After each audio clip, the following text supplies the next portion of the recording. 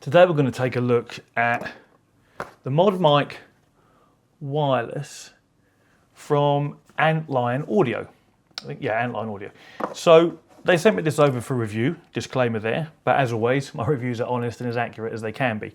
Now, I don't really have a use for this myself because I have my lapel mic that I use for, making videos for YouTube. And if I was to be perhaps doing some streaming, I don't know, sim racing streaming, I'd probably use the same mic here as well.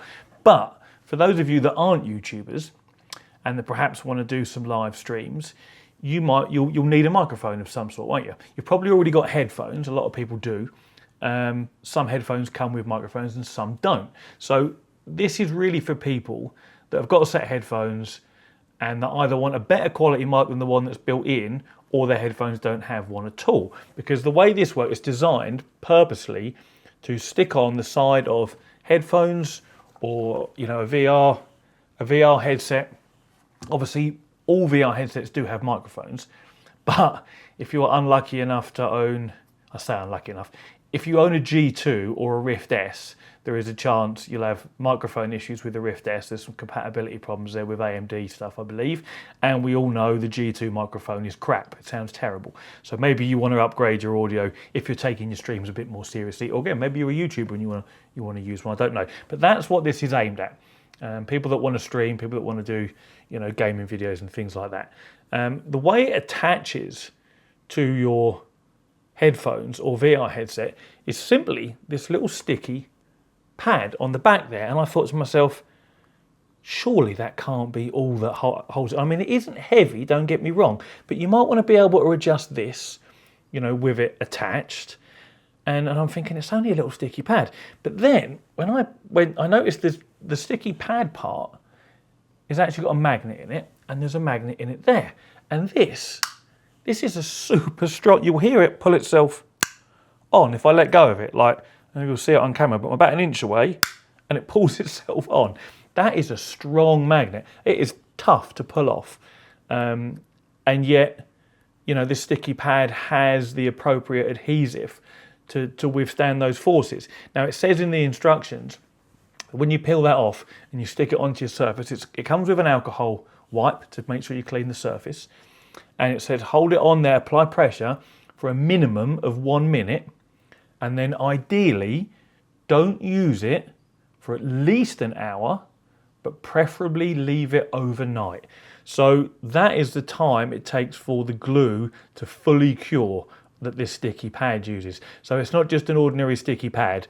The adhesive on this sticky pad is a very good adhesive. And that's why you should leave it overnight to cure properly. Then there's no chance of that pulling off in use. Now, it actually comes with 2 spare sticky pads in the bag and another magnet base with a sticky pad attached as well. So in total, you've got 4, which means should you manage to peel one off after however long, you're going to be golden. You just whack another one on and there's no problems whatsoever. There's also a little sort of cable management bracket here as well, because it comes with a USB extension cable that you would plug the receiver into. And what they suggest is that you keep the receiver in your eyesight, because there is a quick mute function, which simply happens by tapping the power button once, and a red light will come on the receiver to tell you that you're muted. So if you're doing something midstream, maybe you need to speak to somebody in your house or whatever, you don't want that going over the stream, you can just tap the power button, that will light up red, you'll know you're muted, and then when you untap it, obviously the red light goes off and you know you're unmuted. So that's a nice little touch, and it's handy they've provided an extension cable, because perhaps you don't sit right in front of your USB ports on your PC, you still want to be able to know whether you're muted or unmuted, because without being able to see this, the light changes on here as well, but of course that's going to be on the side of your head, so you ain't going to be able to see that unless you've got a mirror in front of you. So that's a nice little touch as well. Obviously it's rechargeable, and you get a micro USB cable to charge it. This obviously doesn't charge because it just plugs into the USB as well. It comes in this nice little Antlion hard case, and was all just obviously nicely slotted into there. Again though, once you've once you've installed it on your chosen set of headphones, this will never be used again. But it's a nice presentation, counts for a lot as far as sort of value for money goes. It shows they've taken their time and they've thought about things. So that's nice to see. It's funny because I would never have thought to review a product like this before.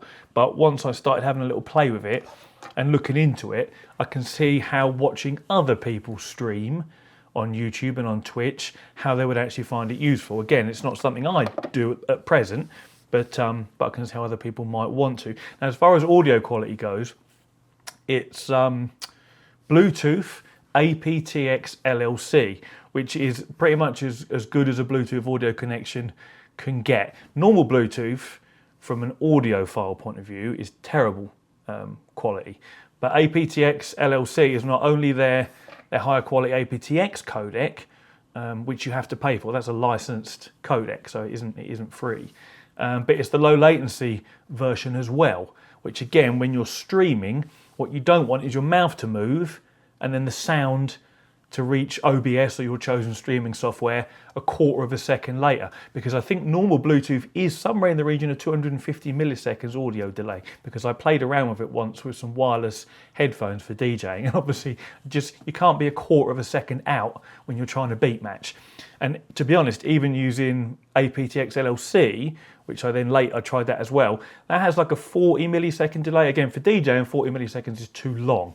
For gaming and streaming, that's no problem whatsoever. You'd never notice sort of an out of sync scenario. So that's super important. Now, as far as the quality, the quality of the product itself, it feels nice quality. The bit that bends here is rubberized and soft.